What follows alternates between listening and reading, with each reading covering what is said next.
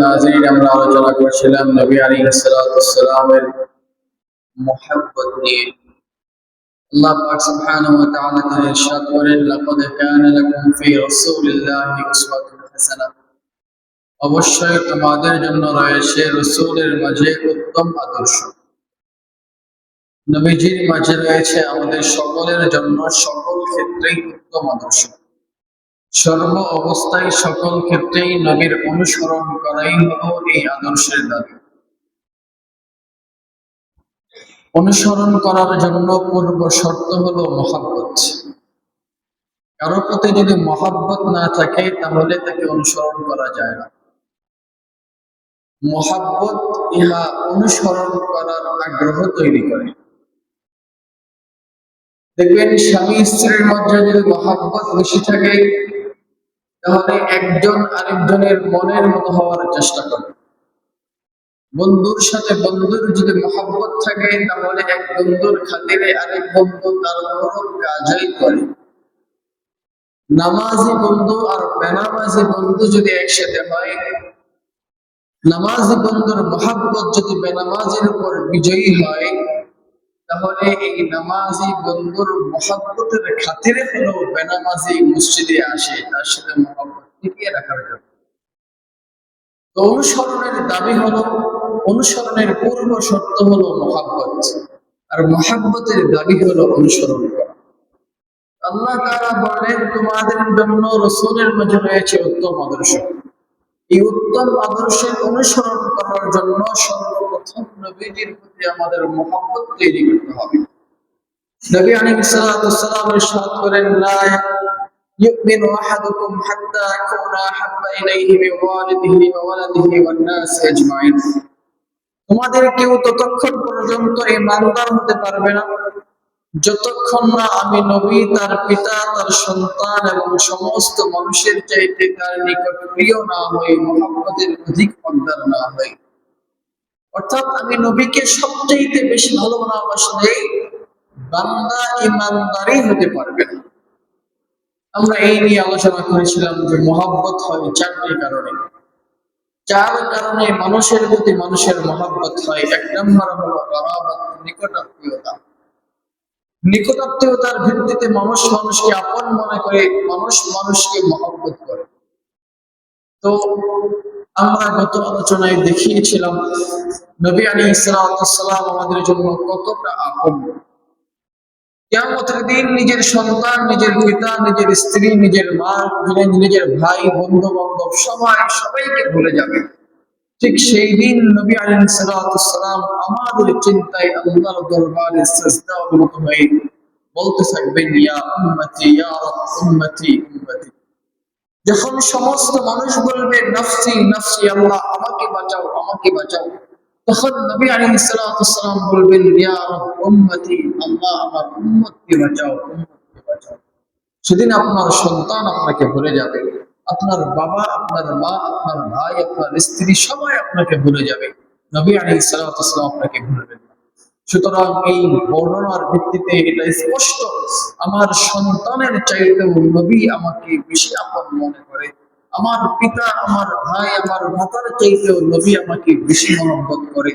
যে কারণে সেদিন নিজের সন্তানের কথা না বলে, নিজের কথা না বলে বলতে থাকবেন, আল্লাহ আমার উম্মতকে বাঁচাও আমার উম্মতকে বাঁচাও।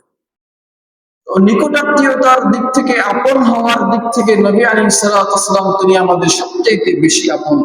এই হিসেবেও সবচাইতে বেশি মহব্বত করতে হয় নবী আলাইহিস সালাম। মহব্বতের দুই নম্বর কারণ হলো কামাল বা কামালিয়াত, মানুষের যোগ্যতা, মানুষের পূর্ণতা। একজন মানুষ যখন যোগ্য হয়, পূর্ণ হয়, তখন মানুষ তাকে মহব্বত করে। তার সাথে আত্মীয়তার সম্পর্ক না থাকলেও মহব্বত তৈরি হয়, তার সাথে রক্তের সম্পর্ক না থাকার পরেও মহব্বত তৈরি হয়। তার চেহারা যেমনই হোক না কেন, তার প্রতি মানুষের মহব্বত তৈরি হয় যোগ্যতার ভিত্তিতে। মানুষ যখন যোগ্য হয়, পূর্ণ হয়, তখন মহব্বত তৈরি হয়। কামালিয়াতের দিক থেকে নবী আলাইহিস সালাম কতটা যোগ্য ছিলেন, কতটা পূর্ণ ছিলেন, এই নিয়ে ইনশাআল্লাহ তাআলা আজকে আমরা আলোচনা করব। মুহতারাম হাজিরিন, মানুষের সবচেয়ে বড় পরিচয় হলো তার চরিত্র, তার আখলাক, তার স্বভাব। আখলাক স্বভাব চরিত্রের ভিত্তিতে মানুষের পূর্ণতা আসে, মানুষের প্রতি মানুষের মহব্বত তৈরি হয়। নবী আলাইহিস সালামের চরিত্র কেমন ছিল, আল্লাহ রাব্বুল আলামিন তার কালামে পাকে নবীর চারিত্রিক সনদ সার্টিফিকেট দিয়েছেন এভাবে, ওয়া ইন্নাকা লাআলা খুলুকিন আযীম, নবী আপনি অবশ্যই সর্বোচ্চ চরিত্রের উপর অধিষ্ঠিত আছেন। আপনার চেয়ে উত্তম চরিত্রের অধিকারী আর কেউ নয়, এটা আমি আল্লাহ আপনাকে সার্টিফিকেট দিলাম। যেখানে আল্লাহ বললেন আপনি সর্বোত্তম চরিত্রের অধিকারী, সেখানে অন্য কারো বলার প্রয়োজনীয়তাই থাকে না। তো চারিত্রিক বিবেচনায় নবী আলাইহিস সালামের চরিত্র ছিল সর্বোত্তম, সর্বশ্রেষ্ঠ। আমরা ইনশাআল্লাহ তাআলা ধারাবাহিকভাবে নবী আলাইহিস সালামের চারিত্রিক বৈশিষ্ট্য, সাহাবায়ে কেরামের সাথে তিনি কি আচরণ করতেন, পরিবারের লোকদের সাথে কি আচরণ করতেন, শিশুদের সাথে কি আচরণ করতেন, যারা শ্রমিক ছিল, দিনমজুর ছিল, এমন সাহাবীদের সাথে তার কি আচরণ ছিল, বিভিন্ন রাজা বাদশাদের সাথে তার কি আচরণ ছিল, বার্তাবাহক বাহকদের সাথে তার কি আচরণ ছিল, ইনশাআল্লাহ আমরা ধারাবাহিকভাবে সেই আলোচনা করব। মুহতারাম হাজিরিন, চারিত্রিক বিবেচনায় নবী আলাইহিস সালামের চরিত্র ছিল সবচেয়ে শ্রেষ্ঠ, সবচেয়ে পরিপূর্ণ। আল্লাহ নবী সাল্লাল্লাহু আলাইহি ওয়াসাল্লাম তিনি ইরশাদ করেন, বুইসতু লিউতাম্মিমা মাকারিমাল আখলাক, আমি এই পৃথিবীতে আসার একটা বড় মিশন হলো আমি উত্তম চরিত্রের পূর্ণতা দেব। এই পৃথিবীতে নবী আলাইহিস সালাম এসেছেন উত্তম চরিত্রের পূর্ণতা দেওয়ার জন্য। আর উত্তম চরিত্রের পূর্ণতা তিনিই দিতে পারেন যার উত্তম চরিত্র নিজের মাঝে রয়েছে। নবী আলাইহিস সালাম তিনি শিখিয়েছেন উত্তম চরিত্র কাকে বলা হয়। মুহতারাম হাজিরিন, রিসালাত এবং নবুয়তের দিক থেকেও নবী আলাইহিস সালাম সবচেয়ে শ্রেষ্ঠ ছিলেন। আদম আলাইহিস সালাম থেকে নিয়ে ঈসা আলাইহিস সালাম পর্যন্ত পৃথিবীতে অনেক নবী রাসূলের আগমন ঘটেছে। প্রত্যেক নবীর নবুয়ত একটা নির্ধারিত মেয়াদ পর্যন্ত সীমাবদ্ধ ছিল। কোন নবীর নবুয়ত একটা অঞ্চল কেন্দ্রিক ছিল, কোন নবীর নবুয়ত তার শহর কেন্দ্রিক ছিল, কোন নবীর নবুয়ত তার নির্দিষ্ট হায়াত পর্যন্ত ছিল, তার মৃত্যু শেষ, তার নবুয়ত শেষ। তো কোন নবীর নবুয়ত তার মৃত্যুর পরে কিয়ামত পর্যন্ত চলবে এমনটা নাই। তো নবুয়তের দিক থেকে নবী আলাইহিস সালামের নবুয়ত, তার নবুয়ত শুরু হওয়া থেকে নিয়ে কিয়ামত পর্যন্ত এই পুরো সময়ের জন্যই প্রযোজ্য হিসেবে আল্লাহ তাআলা দিয়েছেন। মুসা আলাইহিস সালামের নবুয়ত ছিল ঈসা আলাইহিস সালাম আসার আগ পর্যন্ত। ঈসা আলাইহিস সালামের নবুয়ত ছিল নবী মুহাম্মদুর রাসূলুল্লাহ পৃথিবীতে আসার আগ পর্যন্ত। নবী আলাইহিস সালামের নবুয়ত তার মৃত্যুর সাথে সম্পৃক্ত ছিল না, নির্ধারিত যুগের সাথে সম্পৃক্ত ছিল না, বরং নবীজির নবুয়ত কিয়ামত পর্যন্তই পরিবর্তিত এবং প্রযোজ্য হিসেবে আল্লাহ তাআলা দিয়েছেন। তো নবুয়তের দিক থেকে নবী আলাইহিস সালামের নবুয়ত, তার রিসালাত সবচেয়ে শ্রেষ্ঠ, কারণ এটা কিয়ামত পর্যন্ত চলবে, সমস্ত যুগে সমস্ত কালে এটা প্রযোজ্য হবে। মুহতারাম হাজিরিন, একইভাবে কোন নবী ছিলেন শুধুমাত্র মানব জাতির জন্য, কোন নবী ছিলেন শুধুমাত্র জিন জাতির জন্য, কোন নবী ছিলেন শুধুমাত্র কিছু অঞ্চলের জন্য, কিছু সময়ের জন্য। কিন্তু আল্লাহ নবী সাল্লাল্লাহু আলাইহি সাল্লামের নবুয়ত মানব এবং জিন সমস্ত যুগের কিয়ামত পর্যন্ত যত আধুনিক জামানায় আসুক না কেন, প্রত্যেক জামানার জন্য প্রত্যেক মানুষ এবং জিন জাতি উভয়ের জন্যই তার নবুয়ত প্রযোজ্য। তো নবুয়ত এবং রিসালাতের দিক থেকে নবী আলাইহিস সালামের নবুয়ত এবং রিসালাত সমস্ত নবী এবং রাসূলের চাইতে শ্রেষ্ঠ ছিলেন। মুহতারাম হাজিরিন, নবী আলাইহিস সালামের যে মুজিজাতগুলো ছিল, এই মুজিজাতগুলো পৃথিবীর অন্যান্য নবীর মুজিজার চাইতে শ্রেষ্ঠ ছিল। আল্লাহ তাআলা নবীদের নবুয়তের স্বীকৃতি স্বরূপ, প্রমাণ স্বরূপ কিছু অলৌকিক শক্তি নবীদেরকে দান করেছিলেন, যে অলৌকিক বিষয়গুলোর মাধ্যমে তার রিসালাত প্রমাণিত হয়। মুজিজা বলা হয় এমন সমস্ত কার্যকলাপ, এমন সমস্ত কর্মকাণ্ড যেগুলো সাধারণ মানুষের পক্ষে ঘটানো, সংগঠিত করা এটা সম্ভব নয়। আরেকটি হলো কারামাত। কারামাত এটাও অনেকটাই অলৌকিক, তবে এটা আল্লাহর বিশেষ বিশেষ বান্দাদের মাধ্যমে সংগঠিত হতে পারে। নবুয়ত হলো যেটা শুধুমাত্র, মুজিজা হলো যেটা শুধুমাত্র নবীদের দ্বারাই সংগঠিত হওয়া সম্ভব, পৃথিবীর অন্য কোনো মানুষের দ্বারা এটা সম্ভব নয়। কারামাত ইহা আল্লাহর বিশেষ কিছু বান্দার মাধ্যমে সকল জামানায় সংগঠিত হওয়া সম্ভব। আকীদাতুত তাহাউর একটা ইবারত হলো, আহলে সুন্নাত ওয়াল জামাতের একটা আকীদা বিশ্বাস হলো কারামাতুল আউলিয়া হাক্কুন। আল্লাহর ওলি এবং আল্লাহর বুজুর্গ বান্দাদের কারামত অবিশ্বাস্য ঘটনা, এটা সত্য, এটা বিশ্বাস করতে হবে। এই পৃথিবীতে আল্লাহর ওলিদের মাধ্যমে এমন কিছু ঘটনা ঘটে যেগুলো সাধারণ মানুষের পক্ষে সম্ভব হয়। এরকম অনেক ঘটনার সাক্ষী অনেক আছেন।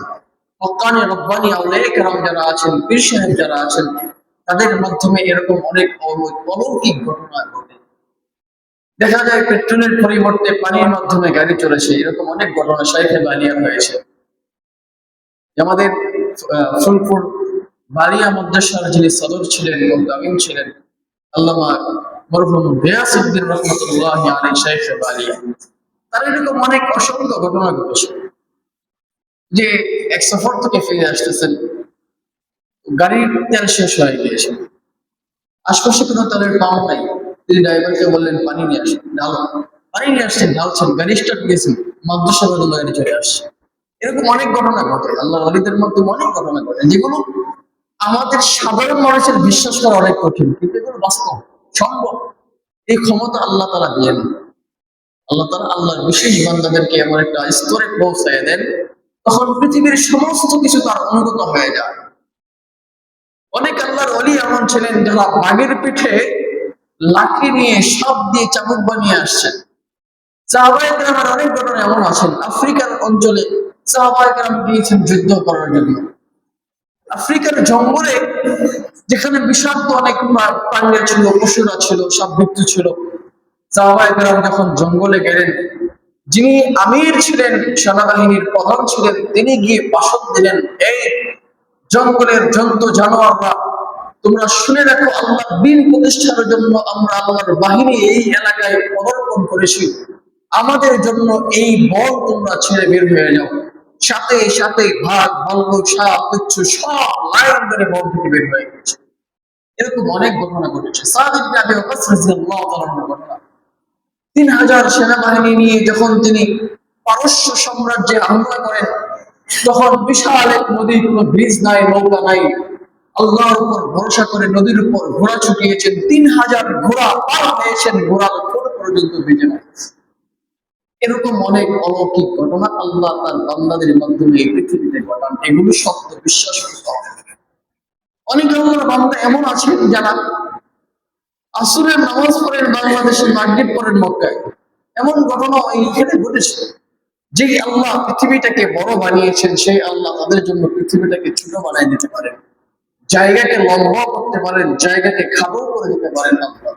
দিন যেমন লম্বা হয় আবার খাটো হয়, এটা করেন একমাত্র আল্লাহ। পৃথিবীর কোন বিজ্ঞানী ইচ্ছা করলে পারবে না যে গ্রীষ্মকালীন সময়টাকে, দিনটাকে খাটো করে দিতে, শীতকালীন দিনটাকে লম্বা করতে, কেউ পারবে না, এটা একমাত্র আল্লাহ করেন। যে আল্লাহ দিনকে খাটো করেন, লম্বা করেন, রাতকে খাটো করেন, লম্বা করেন, সেই আল্লাহ ইচ্ছা করলে তার প্রিয় বান্দাদের জন্য, আল্লাহর ওলিদের জন্য, আল্লাহর প্রিয় বান্দাদের জন্য এই জমিনকেও লম্বা করতে পারেন, আবার খাটো করে দিতে পারেন। এগুলো সত্য। মোহতারাম হাজিরিন, তো মুজিজা হলো নবী কর্তৃক প্রকাশিত এমন অলৌকিক বিষয় যেগুলো সাধারণ মানুষের পক্ষে ঘটানো সম্ভব নয়। আল্লাহ রাব্বুল আলামিন এক এক নবীকে এক এক মুজিজা দিয়েছিলেন। হযরত জাবুর আলাইহিস সালাতু, হযরত দাউদ আলাইহিস সালামকে মুজিজা দিয়েছেন তার কণ্ঠস্বর। তিনি যখন জাবুর তেলাওয়াত শুরু করতেন, তখন সমুদ্রের মাছুরা পর্যন্ত কিনারায় চলে আসতো তার কণ্ঠের তেলাওয়াত শোনার জন্য। গাছের পাখিরা, গর্তের পিপিলিকা পর্যন্ত বের হয়ে আসতো তার তেলাওয়াত শোনার জন্য। আল্লাহ রাব্বুল আলামিন সাইয়্যিদুনা হযরত মূসা আলাইহিস সালামকে 9টা মুজিজা দিয়েছিলেন। এর মধ্যে একটা ছিল তার লাঠি ছেড়ে দিলে সাপ হয়ে যেত, তার বগলের নিচে হাত রেখে এটা বের করলে এটা টর্চ লাইটের মতো আলোকিত হয়ে যেত। এরকম আরো 9টা মুজিজা আল্লাহ নবী মুসা আলাইহিস সালামকে আল্লাহ তাআলা দিয়েছিলেন। আল্লাহ রাব্বুল আলামিন তার নবী ঈসা আলাইহিস সালামকে মুজিজা দিয়েছিলেন, কোন অন্ধ ব্যক্তির চোখের মধ্যে হাত লাগাইলে সেই অন্ধত্ব দূর হয়ে যেত। কোন শ্বেতাঙ্গ ব্যক্তির, কোন শ্বেতরোগী ব্যক্তির শরীরে স্পর্শ করলে তার শ্বেতরোগ ভালো হয়ে যেত। কোন কুষ্ঠ রোগীর শরীরে হাতে স্পর্শ করলে তার সেই রোগ ভালো হয়ে যেত। এমনকি মৃত মানুষকেও আল্লাহর হুকুমে তিনি জিন্দা করতে পারতেন। এই মুজিজা ছিল হযরত ঈসা আলাইহিস সালামের। আল্লাহ রাব্বুল আলামিন এক এক জামানার পরিবেশ এবং পরিস্থিতি অনুযায়ী ওই নবীকে ওই অনুযায়ী বড় মুজিজা দান করেছিলেন। মুসা আলাইহিস সালামের জামানা ছিল জাদুর জামানা। মানুষ অধিক বেশি পরিমাণ জাদু বিদ্যায় পারদর্শী ছিল। তারা লাঠিকে সাপ বানাতো, তারা রশিকে সাপ বানাতো, এরকম বিভিন্ন ধরনের জাদু বিদ্যায় তারা পারদর্শী ছিল। আল্লাহ রাব্বুল আলামিন সেই জামানায় মুসা আলাইহিস সালামকে এমন মুজিজা দিলেন, যে মুজিজা তাদের সমস্ত জাদুকে গিলে খেয়ে ফেলেছিল। তার হাতের লাঠি ছেড়ে দেওয়ার সাথে সাথেই আমরা সবাই জানি প্রসিদ্ধ ঘটনা, 60,000 জাদুকরের 60,000 সাপকে মুসা আলাইহিস সালামের একটা সাপ এক শ্বাসে খেয়ে ফেলেছিল। এই মুজিজা দিয়েছিল আল্লাহর নবী মুসা আলাইহিস সালাম। ঈসা আলাইহিস সালামের জামানায় চিকিৎসা জ্ঞান ছিল অনেক বড় একটা ব্যাপার। ওই জামানায় চিকিৎসা বিদ্যায় পারদর্শী ছিল মানুষ, অনেক বেশি পরিমাণ ডাক্তার ছিল, চিকিৎসা বিজ্ঞানের অনেক উন্নতি হয়েছিল। যেই কারণে আল্লাহ রাব্বুল আলামিন ঈসা আলাইহিস সালামকে এমন এক মুজিজা দিলেন, যে মুজিজা তাদের চিকিৎসার সমস্ত সরঞ্জামাদিকে ব্যর্থ করে দিয়েছিল। তাদের চিকিৎসার যন্ত্র ইত্যাদির মাধ্যমে চোখের অপারেশন করতে হতো, কিন্তু নবী ঈসা আলাইহিস সালামের হাতে স্পর্শ করার সাথেই সেই চক্ষু ভালো হয়ে যেত। ওই জামানায় ডাক্তার যারা ছিল, চিকিৎসা বিদ্যায় পারদর্শী যারা ছিল, তারা স্বীকার করতে বাধ্য হয়েছিল যে এটা কোনো মানুষের পক্ষে করা সম্ভব নয়, এটা একমাত্র আল্লাহর নবীর পক্ষেই সম্ভব। মুসা আলাইহিস সালামের যে মুজিজা ছিল, ওই সময়কার 60,000 জাদুকর এই মুজিজা দেখার সাথে সাথে বলে উঠলো, এটা কোনো মানুষের জাদুর পক্ষে সম্ভব নয়, নিশ্চয়ই এটা আল্লাহর পক্ষ থেকে বিশেষ এক ক্ষমতার মাধ্যমে সম্ভব। সাথে সাথে 60,000 জাদুকর ঈমান নিয়ে আসছে। মুহতারাম হাজিরিন, তো যেই জামানায় যেই বিষয়ের অধিক চর্চা হতো, মানুষ পারদর্শী ছিল, ওই জামানার ওই বিষয়ের সবচেয়ে সেরা মুজিজা আল্লাহ তাআলা তার নবীদেরকে দিয়েছিলেন। সুলাইমান আলাইহিস সালাম, তার মুজিজা ছিল তিনি তার বাতাস তার অনুগত ছিল। তার 300 উপরে মন্ত্রিসভা ছিল, চেয়ার ছিল। তার পুরো সবশক্তি বাতাস উড়িয়ে নিয়ে বিভিন্ন রাজ্যে গিয়ে স্থাপন করত, সেখানে তিনি মন্ত্রী দেশ পরিচালনার কাজগুলো করতেন। বাতাস তার অনুগত ছিল, জিন এবং শয়তানরা তার অনুগত ছিল। এই ছিল হযরত সুলাইমান আলাইহিস সালামের মুজিজা। হযরত দাউদ আলাইহিস সালামের আরেকটা মুজিজা ছিল, তিনি লোহাকে ধরলে মোমের মতো নরম হয়ে যেত এবং তিনি এটা দিয়ে লৌহ কর্মের কাজ করতেন, লৌহ কর্ম তৈরি করতেন, এটা বিক্রয় করে তার সংসার পরিচালনা করতেন। এক এক জামানায় এক এক নবীকে আল্লাহ তাআলা এক এক রকমের মুজিজা দিয়েছিলেন। আমাদের নবী মুহাম্মদুর রাসূলুল্লাহ সাল্লাল্লাহু আলাইহি সাল্লামকে আল্লাহ তাআলা অনেকগুলো মুজিজা দিয়েছিলেন। কিছু মুজিজা ছিল ওই সময় কেন্দ্রিক, আর কিছু মুজিজা ছিল কিয়ামত পর্যন্ত। কিয়ামত পর্যন্ত মুজিজাগুলোর অন্যতম হলো আল কোরআন। কোরআনে কারীম এটা একটা মুজিজা। আপনি অনেকেই আমরা এটা বিশ্বাস করি না যে কোরআন তো একটা কিতাব, একটা বই, এটা আবার মুজিজা অলৌকিক কিভাবে হয়। আল্লাহ সুবহানাহু ওয়া তাআলা কোরআনে কারীমের অনেক জায়গায় চ্যালেঞ্জ করেছেন। পৃথিবীর যে বই আপনি খুলবেন, প্রথম পৃষ্ঠায় লেখা থাকে, লেখক মানুষ মাত্রই ভুলের অধ্যায়, আমার এই লিখিত কিতাব বইয়ের মধ্যে ভুল থাকতে পারে, আর যদি কেউ ধরিয়ে দেন তাহলে শুকরিয়া আদায় করবো, কৃতজ্ঞ হবো, এমন লেখা প্রত্যেকটা পৃষ্ঠায় থাকে। এবং পৃথিবীর বইগুলো প্রত্যেক বছর প্রত্যেক সংস্কারের সময় বা এটা যখন আবার নতুন করে ছাপা হয়, তখন নতুন ভাবে এটা সংযোজন বিয়োজনের প্রয়োজন পড়ে, অনেক টিকাটুনি লেখার প্রয়োজন পড়ে। কিন্তু কোরআনে কারীম এমন এক মুজিজা, যে কিতাবের প্রথম পৃষ্ঠা খোলার সাথেই আল্লাহ চ্যালেঞ্জ করে দিয়েছেন, যালিকা কিতাবুল লা রাইবা ফীহি, এটা এমন এক কিতাব যে কিতাবে ভুল তো দূরের কথা, কোনো সন্দেহের লেশমাত্র নাই। প্রথম কিতাব আপনাকে চ্যালেঞ্জ করছে।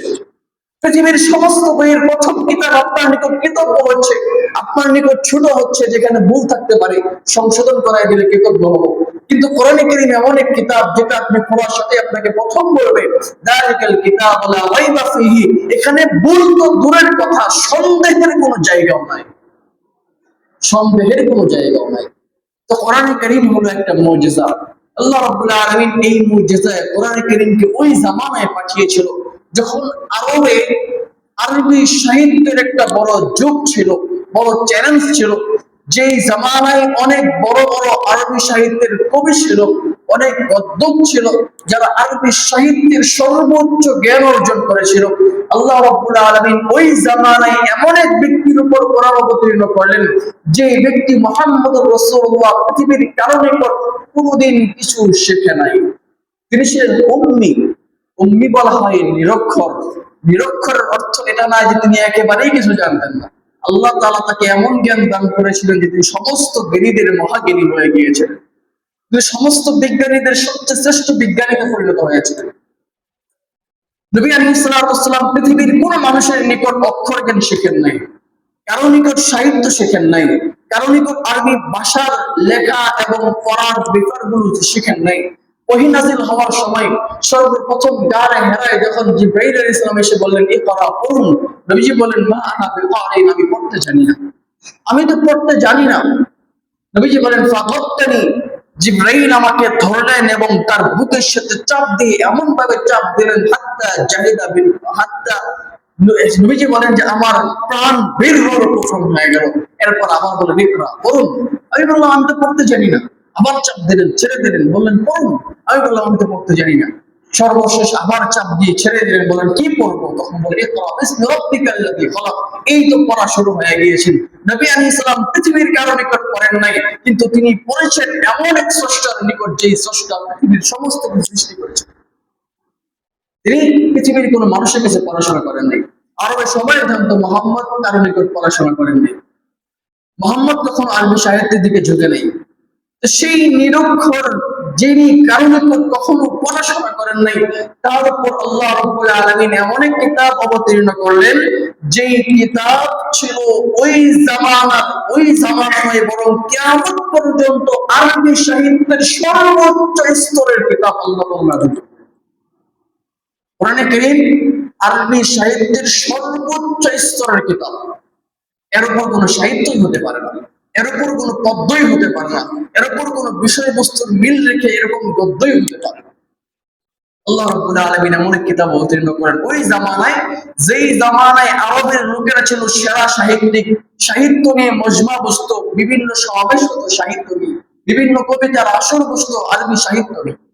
আল্লাহ রাব্বুল আলামিন ওই জামানায় সর্বোচ্চ সাহিত্য দিয়ে আল্লাহ রাব্বুল আলামিন কোরআনে কারীম প্রেরণ করলেন এবং চ্যালেঞ্জ করলেন ইন কুনতুম ফি রাইবিন মিম্মা নাযালনা আলা আবদিনা ফাতু বিসূরাতিন মিন মিসলিহি। আল্লাহ সুবহানাহু ওয়া তাআলা ওই জামানায় চ্যালেঞ্জ করলেন, তোমরা যদি আমার এই বান্দার উপর অবতীর্ণ হওয়া কালাম কিতাবের উপর বিন্দু পরিমাণ সন্দেহের উপর থাকো, তাহলে কোরআনে কারীমের একটা সূরার মতো একটা সূরা বানায় নিয়ে আসো। এই চ্যালেঞ্জ বাঙালি জাতির উপর করেন নাই। বাঙালির 96% বাঙালি আরবি সম্পর্কে কিছু জানে। আমাদের 100% মানুষের 96% মানুষ আরবি ভাষা সম্পর্কে কিছুই জানে না। এবং শুধু সাধারণ মানুষ নয়, বরং আমাদের ওলামায়ে কেরামের মধ্যে 50% ওলামায়ে কেরাম আরবি ভাষার মূল রহস্য খুঁজে পান। আরবি ভাষায় পারদর্শী হওয়ার জন্য 18টা বিষয়ের জ্ঞান লাগে। আমরা তো 2-3-4টা মাদ্রাসায় পড়াই, নাও পড়াই, সরফ পড়াই, বালাগাত পড়াই, বাস এতটুকুই। অথচ আরবি বিষয়ের উপর, আরবি ভাষার উপর পারদর্শিতা অর্জন করার জন্য 18টা বিষয়ের জ্ঞান লাগে। এরকম 18টা বিষয়ের জ্ঞানী বাংলাদেশের ওলামায়ে কেরামদের মধ্যে খুব কম ওলামায়ে কেরামই আছে। তো এই চ্যালেঞ্জটা বাঙালি জাতির উপর ছিল না, এই চ্যালেঞ্জটা ইংল্যান্ডের মুসলমান, আমেরিকান মুসলমানদের জন্য ছিল না, এই চ্যালেঞ্জটা অন্য কোনো ভাষীর উপর ছিল না। এই চ্যালেঞ্জ ছিল ওই জামানার সেরা সাহিত্যকার উন্নীত ব্যক্তিদের প্রতি, চ্যালেঞ্জ ছিল যে যদি তোমরা কোরআনে কারীমের প্রতি বিন্দু পরিমাণ সন্দেহের মধ্যে থাকো তাহলে কোরআনের একটা সূরার মতো সূরা বানায় নিয়ে আসো। অন্য আয়াতের মধ্যে আল্লাহ বলেন একটা আয়াত বানায় নিয়ে আসো, সূরা দরকার নেই, একটা আয়াত বানায় নিয়ে আসো। চ্যালেঞ্জ করলেন। এই চ্যালেঞ্জ শুধুমাত্র ওই জামানার জন্য ছিল না, কিয়ামত পর্যন্ত এই চ্যালেঞ্জ পৃথিবীর কেউ কোরআনে কারীমের মতো এরকম একটা সূরা তন্তমিল সাহিত্য ইত্যাদি মিলে একটা সূরা তৈরি করতে পারবে। বিষয়বস্তু ঠিক রেখে অন্তমিল সাহিত্যের সর্বোচ্চ শিখরে তুলে এমন একটা সূরা কেউ বানাতে পারবে না। 1400 বছর 1450 বছর পার হয়ে গিয়েছে, কেউ বানাতে পারে নাই, কিয়ামত পর্যন্ত কেউ পারবে না। এই চ্যালেঞ্জ যখন দেওয়া হলো, মক্কার মুশরিকরা তারা আনন্দিত হলো, আরে কোরআনে কারীমের কি এমন আছে যেটা আমরা তৈরি করতে পারবো না। তারা কোরআনে কারীমের সূরাগুলো নিয়ে অনেক গবেষণা হলো। গবেষণা শেষে অনেক কিছু বানায়, কিন্তু কোরআনের মতো যে হবে তাদের নিজেরই মন মানে না, এটা তো কোরআনের মতো হয় না। সর্বশেষ তারা কাবার দেওয়ালে একটা চিরকুট ঝুলাই দিল, ইন্না আতাইনাকাল কাউসার ফাসাল্লি লিরাব্বিকা ওয়ানহার, লাইসা হাযা কালামুল বাশার, যে এটা কোনো মানুষের কথাই হতে পারে না। ওই জামানার শ্রেষ্ঠ আরবি সাহিত্যিকরা তারা এই কথা স্বীকৃতি দিল, কাবার দেওয়ালে চিরকুটটাকে পিন করে দিল যে লাইসা হাযা কালামুল বাশার, এই কোরআন কোন মানুষের কথা হতে পারে না, এটা মুহাম্মাদের বানানো কথা না, এটা আল্লাহর পক্ষ থেকে আগত কথা। কোরআনে কারীম এটা মুজিজা, কিয়ামত পর্যন্ত মুজিজা। কোরআনে কারীমের প্রত্যেকটা আয়াত কিয়ামত পর্যন্ত মুজিজা। কোরআনে কারীমের প্রত্যেকটা বিষয় বিজ্ঞানের নিরিখে সবচেয়ে আধুনিক, সবচেয়ে শ্রেষ্ঠ। মুহতারাম হাজিরিন, কয়েকটা বিষয় তুলি। কোরআনে কারীমের যে এজাজ মুজিজা গুলো আল্লাহ সুবহানাহু ওয়া তাআলা তার কালামে পাকে ইরশাদ করলেন, ওয়া আইদ্দু লাহুম মাসতাতা'তুম মিন কুওয়া, তোমরা কাফেরদের মোকাবেলা করার জন্য শক্তি অর্জন করো। কুওয়া শব্দের অর্থ হলো শক্তি। এই আয়াতটা অবতীর্ণ হয়েছে 1450 বছর আগে আরবের বুকে। ওই জামানায় যুদ্ধের শক্তি বলতে কি ছিল? তীর, তলোয়ার, ধনুক ইত্যাদি ছিল, পাথর ছিল যুদ্ধের শক্তি, যুদ্ধের অস্ত্র। আল্লাহ রাব্বুল আলামিন এই কালামে পাকটাকে কিয়ামত পর্যন্ত সমস্ত যুগের সাথে মিলিয়ে নেওয়ার জন্য অবতীর্ণ করেছেন। যদি আল্লাহ রাব্বুল আলামিন কোরআনে বলতেন, ওয়াইদু লাহুম মাসতাতা'তুম মিনাল কাউস ওয়া মিনাস সাইফ, তোমরা তলোয়ার অর্জন করো, তোমরা তলোয়ার বানাও, তীর বানাও, এমন কথা যদি বলতেন, তাহলে এই আধুনিক জামানায়, বন্দুকের জামানায়, বুলেট, বোমা ইত্যাদির জামানায় এসে এই আয়াতটাকে আমাদেরকে ফেলে দিতে হতো যে এই আয়াত এই জামানায় চলবে না। যদি আল্লাহ বলতেন তলোয়ার অর্জন করো, তীর বানাও, শক্তি অর্জন করো, তোমরা তীর, তলোয়ার ইত্যাদির মাধ্যমে শক্তি অর্জন করো, তাহলে এই জামানায় এসে এই আয়াতটাকে বাতিল ঘোষণা করতে হতো যে এখন তো তীর তলোয়ারের জামানা না। কেউ যদি যুদ্ধের ময়দানে তীর তলোয়ার নিয়ে যায় তাহলে 1 মাইল দূর থেকে নাকি গুলি করে উড়াই দেবে, কিছু করতে পারবেন। আল্লাহ রাব্বুল আলামিন বললেন, আইদু লাহুম মাসতাতা'তুম মিন কুওয়া, তোমরা শক্তি অর্জন করো। মুফাসসিরুল কিরাম বলেন যে জামানায় যেটা শক্তি হিসেবে আবির্ভূত হবে ওটাই হলো এই আয়াতের মূল উদ্দেশ্য। যদি আল্লাহ রাব্বুল আলামিন 1400 বছর আগে বলতেন তোমরা বন্দুক অর্জন করো, বোমা অর্জন করো, পারমাণবিক বোমা অর্জন করো, তাহলে ওই জামানার মানুষ এটা কি বলে? এটা কি বলে? বন্দুক কাকে বলে? পারমাণবিক বোমা কাকে বলে? এই চিন্তা তারা করতো। যুদ্ধ বিমান কাকে বলে? ফাইটার জেট কাকে বলে? এই চিন্তা করতো, তাদের মাথা ঘুরে যেত।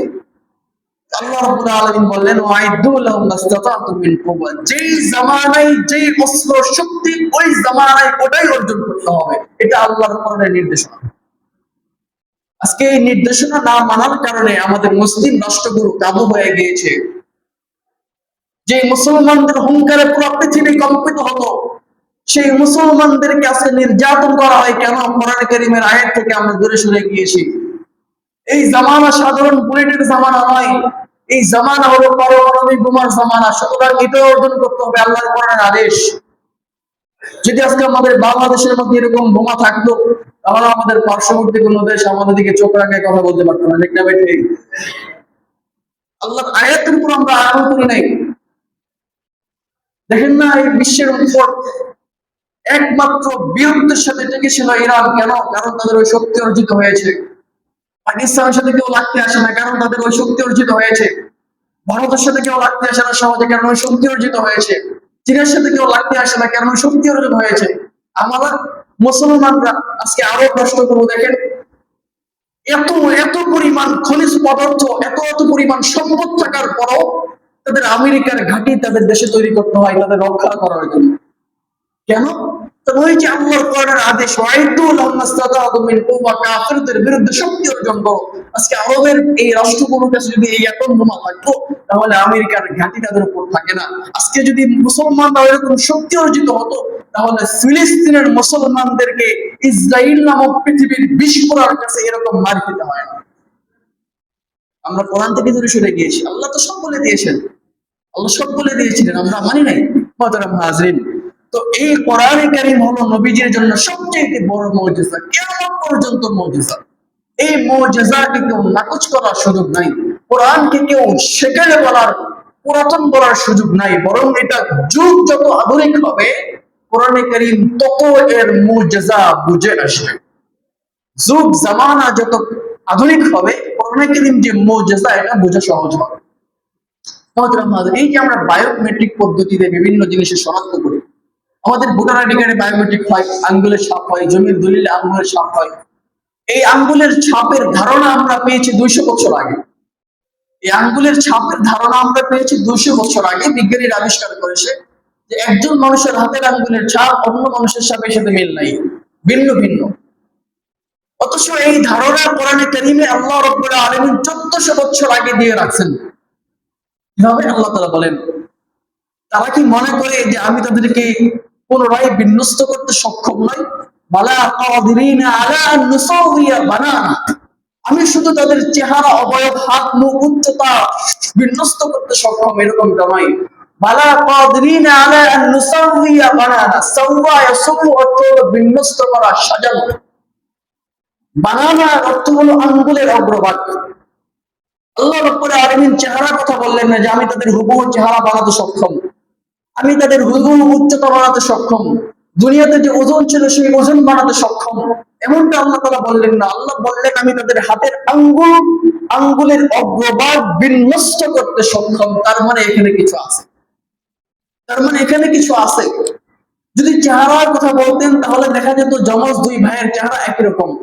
কিয়ামতের দিন বলতে পারতো যে আল্লাহ এ তুমি মিল বানায় ফেলেছো, এর চেহারা একই হয়ে গেছে, তাহলে সন্দেহ তৈরি হতে পারে। কিন্তু আল্লাহ রাব্বুল আলামিন উচ্চতার ক্ষেত্রে এক মানুষ আরেক মানুষের সাথে সাদৃশ্যপূর্ণ, ওজনের ক্ষেত্রে একজন আরেকজনের সাদৃশ্যপূর্ণ হতে পারে, দৈহিক গঠনাকৃতির ক্ষেত্রে একজন আরেকজনের সাদৃশ্য হতে পারে, চেহারার কাটিং অনুযায়ী একজন আরেকজনের সাদৃশ্য হতে পারে। কিন্তু আল্লাহ রাব্বুল আলামিন এগুলো কিছুই বললেন না। আল্লাহ বলেন হাতের আঙ্গুলের অগ্রভাগকে আমি বিন্যস্ত করতে সক্ষম। এর মানে এটাই যে হাতের অগ্রভাগে এমন কিছু আছে যেটা অন্য সারা বডিতে এটা নাই, সেটা হলো হাতের আঙ্গুলের ছাপ। কিয়ামত ওই 1400 বছর আগে যদি আল্লাহ তাআলা এটা বলে দিতেন, তাহলে এই জামানায় যে বায়োমেট্রিক পরীক্ষা করার যে যন্ত্রগুলো আছে, ওই জামানাতে গুলো ছিল না। তখন কাফেররা বলতে কেমন করে মিথ্যা বলে, যন্ত্র তো ছিল না, যন্ত্র তো আবিষ্কার হয় নাই। এখনকার জামানায় সেই বায়োমেট্রিক যন্ত্র আবিষ্কার হয়েছে, কোরআনে কারীমের এই আয়াত বোঝা সহজ হয়ে গিয়েছে। আল্লাহ বললেন আমি কিয়ামতের দিন প্রত্যেকের হাতের আঙ্গুলের ছাপ সহ শনাক্ত করে করে সৃষ্টি করতে সক্ষম। দুনিয়াতে যে ছাপ ছিল, আমি কিয়ামতের দিন সেই আঙ্গুলের ছাপ সহ তৈরি করতে সক্ষম। এটা হলো আল্লাহ তাআলার কুদরত, কোরআনে কারীমের মুজিজা। মুহতারাম হাজিরিন, এরকম আরো বহু বিষয় রয়েছে কোরআনে কারীমে, যেগুলো যুগের সাথে আমরা কোরআনে কারীমের সেই বিষয়গুলো বুঝতে পারছি। আল্লাহ সুবহানাহু ওয়া তাআলা কালামে পাকে বলেন, মা জাআলা ফি জাওফি রাজুলিন কলবাইন, আল্লাহ তাআলা কোন পুরুষের ভিতরে, পুরুষের বডিতে দুইটা কলব, দুইটা হার্ট দেয় নাই। আল্লাহ তাআলা কোন পুরুষের বডিতে দুইটা হার্ট দেয় নাই। প্রত্যেকটা মানুষের, প্রত্যেকটা পুরুষের ভিতরে একটা করে হার্ট আছে, দুইটা হার্ট কারো হয় না।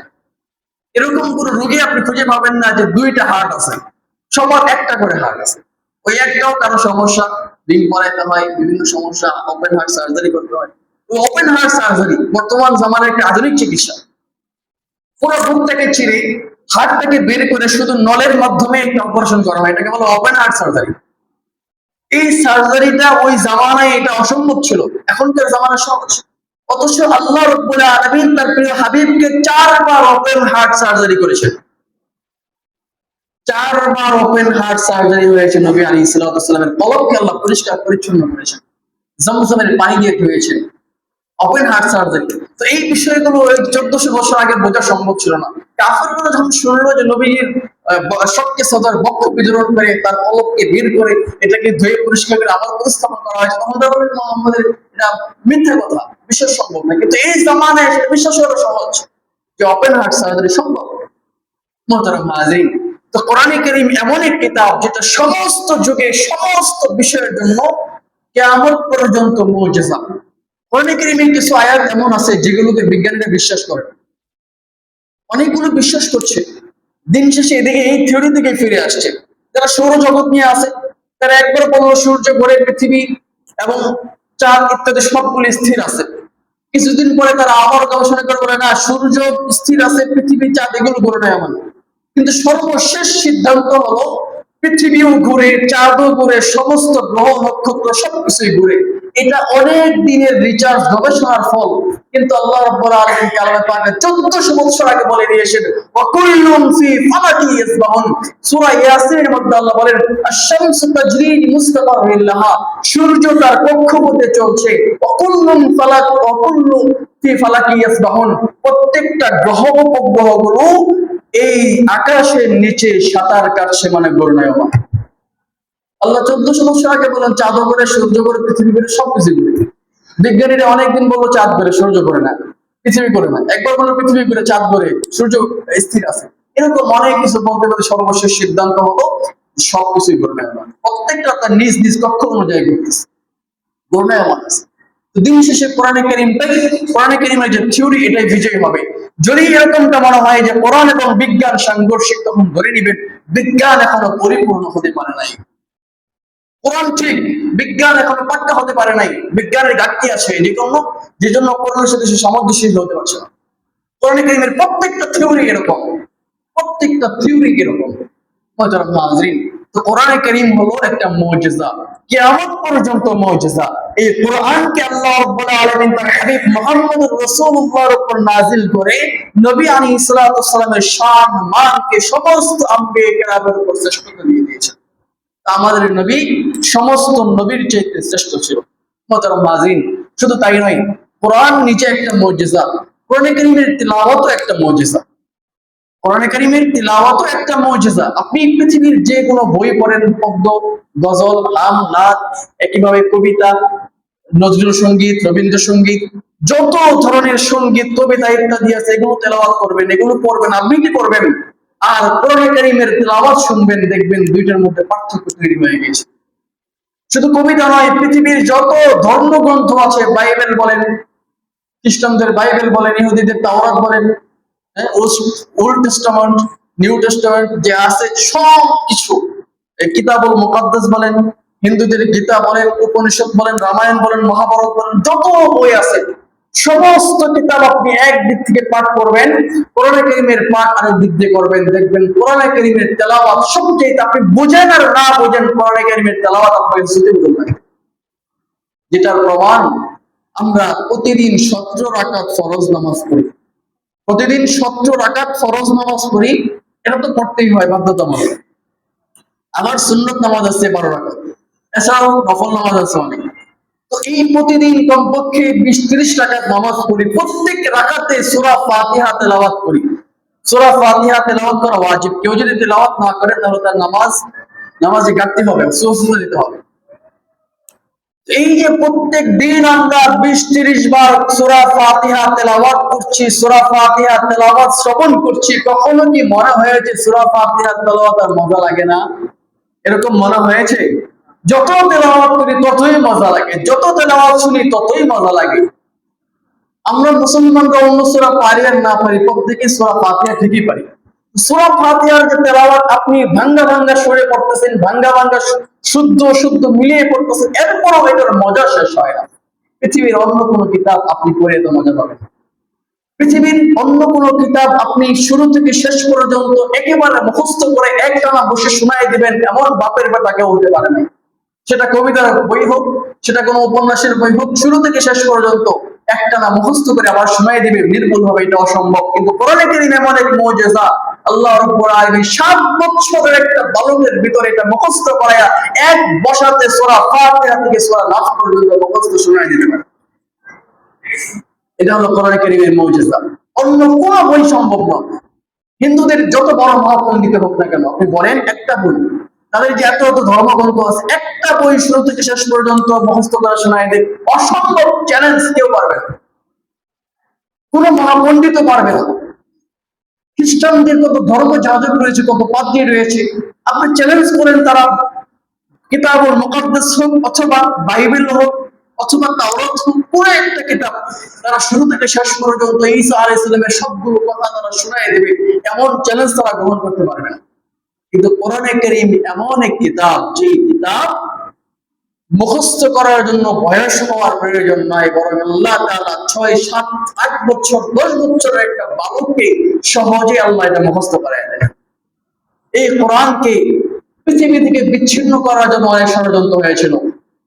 সোভিয়েত আন্দোলনের সময় রাশিয়া কর্তৃক যে সোভিয়েত কমিউনিস্ট আন্দোলন হয়েছিল, এই সোভিয়েত আন্দোলনের সময় আফগানিস্তানের থেকে কোরআন কারীমকে বিমুখ করার জন্য, কোরআন কারীমকে দূর করার জন্য মসজিদ থেকে কোরআনগুলো নিয়ে তারা আগুন ধরিয়ে দিয়েছিল এবং মনে করেছিল যে আমরা কোরআনকে দূর করতে পেরেছি, কিন্তু লাভ হয় নাই।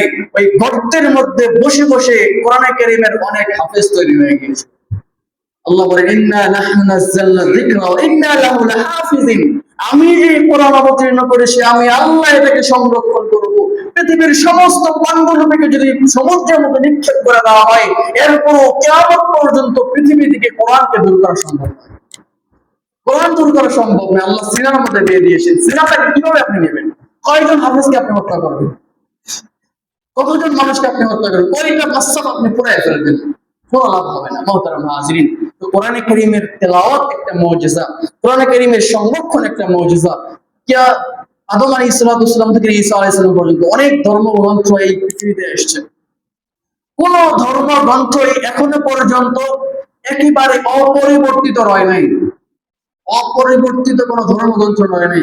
এই খ্রিস্টানদের আপনি কিতাবুল মুকাদ্দাস বলেন, বাইবেল বলেন, তাওরাত বলেন, সবগুলো প্রত্যেক বছরের নতুন সংযোজন হয়, বিয়োজন হয়, যুগের সাথে তাল মিলিয়ে যখন দেখা যায় এটা যুগের সাথে যায় না, কেটে দেয়, নতুন একটা তৈরি করে ফেলে।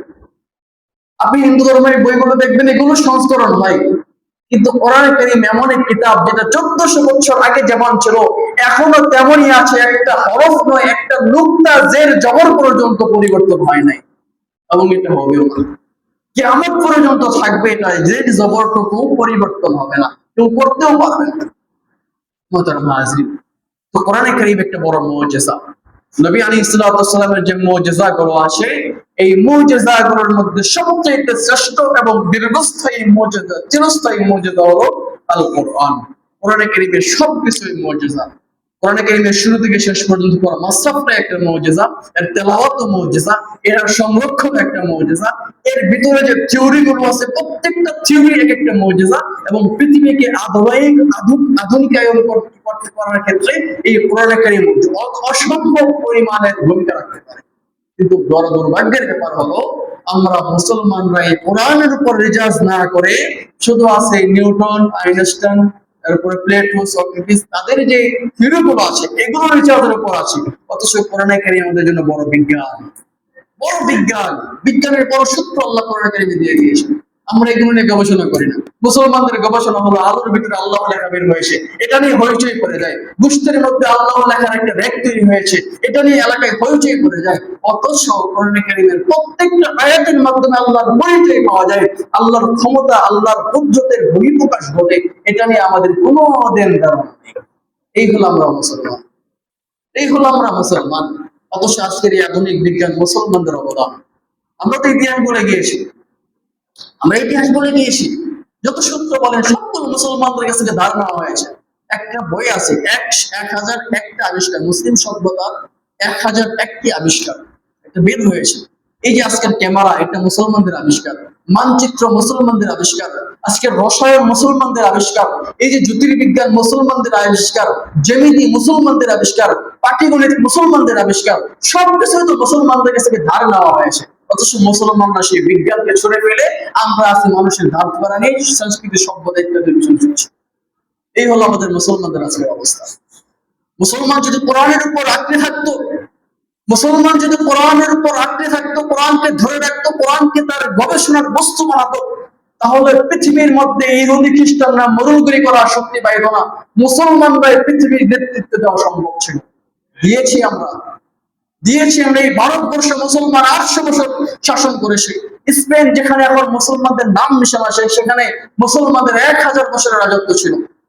কিন্তু আজকে সব ইতিহাস আমরা পূর্বসূরীদের কাছ থেকে উত্তরসূরীরা কিছুই গ্রহণ করতে পারি নাই। আমাদের বিজ্ঞানকে ঠেলে দিয়েছে তাদের কাছে। তারা যেরকম ইচ্ছে সেরকম ভাবে নিজেদের মতো সাজিয়ে নিয়েছে। এমনকি আমাদের মুসলিম বিজ্ঞানীদের নামগুলোকে তারা পরিবর্তন করে ফেলেছে।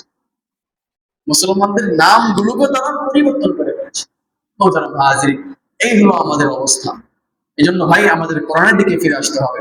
আমরা আলোচনা করছিলাম নবী আলাইহিস সালামের কামালিয়াত, পূর্ণতা। এই সম্পর্কে কোরআনে কারীম হলো নবীর একটা বড় মুজিজা এবং নবীর একটা বড় শ্রেষ্ঠত্বের কারণ। আমরা ইনশাআল্লাহ তাআলা ধারাবাহিকভাবে কোরআনে কারীমের তেলাওয়াতের যে মুজিজাগুলো আছে এবং একইভাবে হযরত ঈসা আলাইহিস সালামের চিকিৎসা এবং নবীর চিকিৎসার অবস্থা, হযরত মূসা আলাইহিস সালামের যে মুজিজাগুলো ছিল, তার হাতের লাঠি ছেড়ে দিলে সাপ হয়ে যেত, হাতের লাঠি দিয়ে পাথর আঘাত করলে 12টা ঝর্ণা তৈরি হতো, সমুদ্রে লোহিত সমুদ্রে আঘাত করলে 12টা রাস্তা তৈরি হয়েছিল। এগুলো নিয়ে আমাদের নবীর মুজিজাগুলো নিয়ে ইনশাআল্লাহ আমরা তুলনামূলক বিশ্লেষণ আগামী শুক্রবার আগামী জুমায় করব। আল্লাহ তাআলা আমাদের সবাইকে নবী আলাইহিস সালামকে সবচেয়ে বেশি মহব্বত করার তৌফিক দান করুন। আমাদের সবাইকে আশিকে রাসূল হওয়ার তৌফিক দান করুন।